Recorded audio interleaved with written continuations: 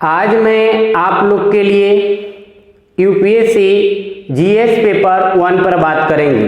GS paper 1 में भारत का इतिहास से टॉपिक आज आप लोग के लिए आज की वीडियो में अपलोड किया जाएगा।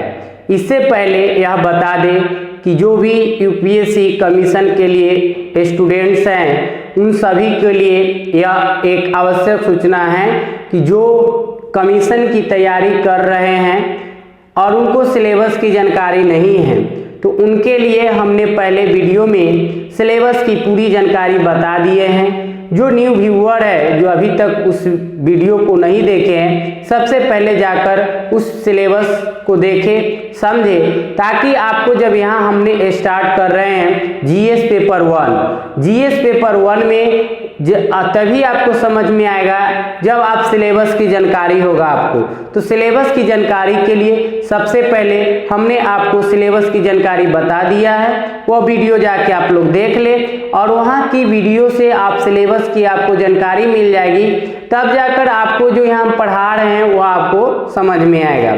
तो जो अभी तक जो मेरा अनुभव है वो अनुभव आप लोग से शेयर करेंगे।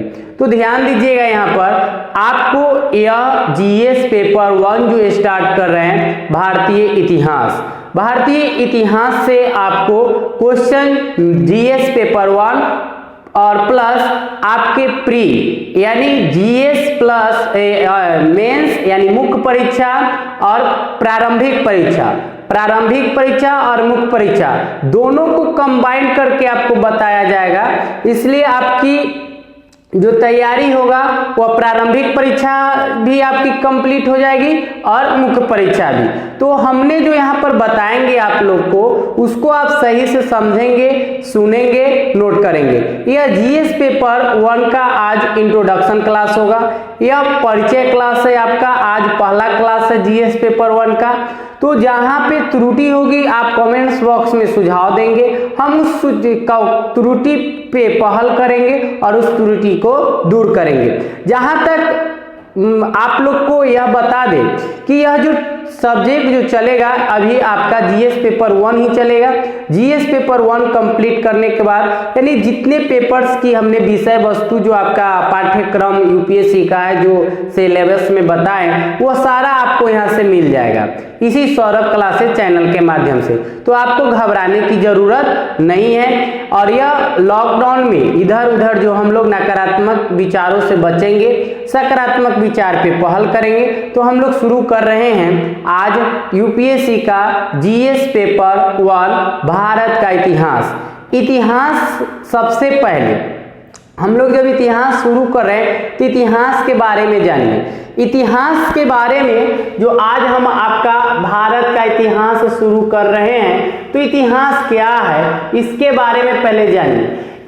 कहा जाता है जब किसी सब्जेक्ट को स्टार्ट करते हैं तो सब्जेक्ट स्टार्ट करने से पहले उसके बेसिक कंसेप्ट को समझना बहुत जरूरी है। आप बेसिक कंसेप्ट समझते हैं तभी जाकर आप आगे की जो भी टॉपिक होगा उसको आप समझ पाइएगा।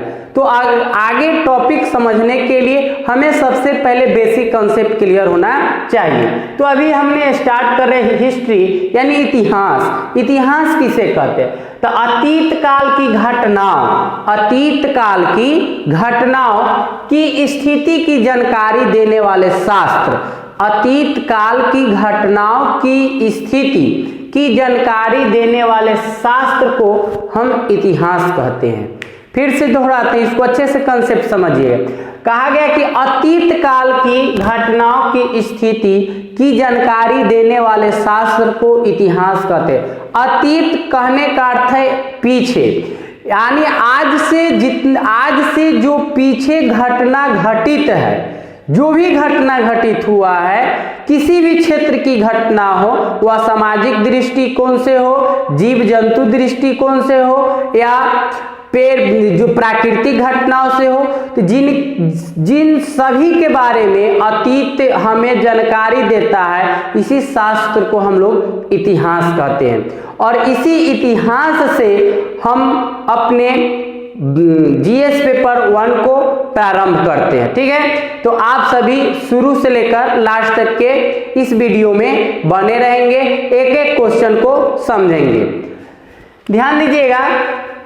तो हमने बताया अभी आपको इतिहास अतीत काल की घटनाओं की स्थिति की जानकारी देने वाले शास्त्र को इतिहास कहते हैं। ठीक, अभी आपको बताएं कि इतिहास को हम लोग 3 भागों में बांटते हैं अध्ययन की दृष्टि से। इतिहास के बारे में जानने के लिए हमें इतिहास को 3 भागों में बांटते हैं अध्ययन के दृष्टिकोण से। पहला है आपका प्राचीन इतिहास, दूसरा मध्यकालीन इतिहास और तीसरा आधुनिक इतिहास। तो इतिहास के अध्ययन की दृष्टिकोण से हमने 3 भागों में हमें पढ़ना है, प्राचीन इतिहास, मध्यकालीन इतिहास और आधुनिक इतिहास। यह तीनों के बारे में आपको जीएस पेपर 1 में, यानी सबसे जो क्वेश्चन पूछने का जो स्टैंडर्ड, जो सबसे ज्यादा क्वेश्चन जो उठाया जाता है वो आपको प्राचीन इतिहास से उठाया जाता है और आधुनिक इतिहास से, मेडाइवल से बहुत ही कम पूछे जाते हैं। तो जो विद्यार्थी ऑप्शनल पेपर वाले होंगे, इतिहास ऑप्शनल जिनका पेपर होगा या जिनका ऑनर्स पेपर ऑप्शनल होगा, ये उन सभी को यह बहुत ही इंपॉर्टेंस होगा। और साथ में जिनका जीएस के लिए तो यह टॉपिक है ही, साथ ही आपके ऑप्शनल में भी यह काम देंगे।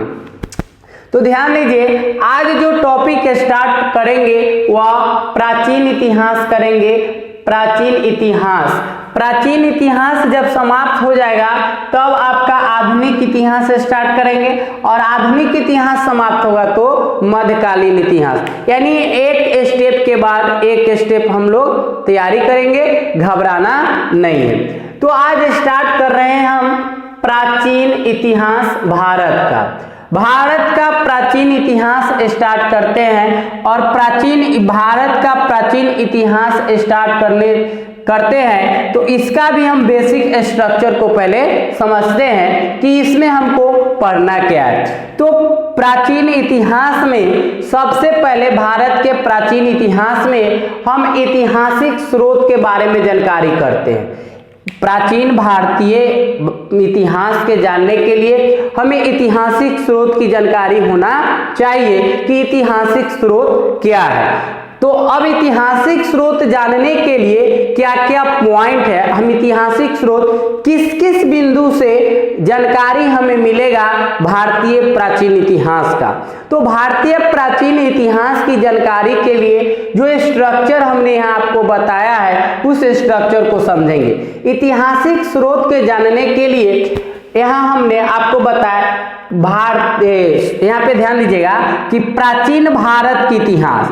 तो प्राचीन भारत के इतिहास के समझने के लिए हम ऐतिहासिक स्रोत के बारे में जानकारी करते हैं। और ऐतिहासिक स्रोत हम कहाँ से जानकारी करते हैं, तो सबसे पहले हम ध्यान देते हैं भारत का नामाकरण के बारे में हमें जानकारी करना है। उसके बाद फिर पढ़ना है हम लोग को भारतीय इतिहास का काल विभाजन। उसके बाद फिर पढ़ना है हम लोग को प्राचीन भारतीय इतिहास को जानने का स्रोत, मतलब प्राचीन भारतीय इतिहास का स्रोत क्या है, एंशिएंट हिस्ट्री के जानकारी के लिए क्या क्या स्रोत है और कहां से हमें प्राचीन भारतीय इतिहास के बारे में कंसेप्ट मिल रहा है और वह क्लियर होगा। तो प्राचीन भारतीय इतिहास के जानने का स्रोत जानेंगे। उसके बाद फिर हम लोग को पढ़ना है पुरातात्विक स्रोत। उसके बाद पढ़ना है हम लोग को साहित्यिक स्रोत। उसके बाद पढ़ना है हम लोग को विदेशी विवरण। तो यहाँ पर हमने अभी बताया आपको कि प्राचीन इतिहास शुरू कर रहे हैं, प्राचीन इतिहास भारतीय प्राचीन इतिहास शुरू कर रहे हैं, जिसमें पहला टॉपिक हम लोग को पढ़ेंगे ऐतिहासिक स्रोत के बारे में।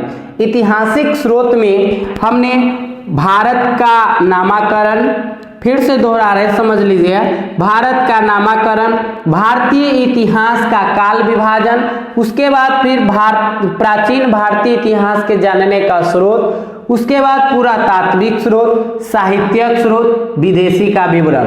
तो यह सभी स्ट्रक्चर को आप अच्छे से समझ ले ताकि यह आपके जीएस पेपर और साथ साथ जिनका हिस्ट्री ऑप्शनल पेपर होगा उन सभी को यह बहुत ही मदद होगा एग्जामिनेशन हॉल में। तो चलिए अब शुरू कर रहे हैं हम भारत का नामाकरण के बारे में शुरू करते हैं। ठीक, तो आगे आप भारत के नामाकरण के बारे में शुरू कर रहे हैं। अगला टॉपिक देखिए।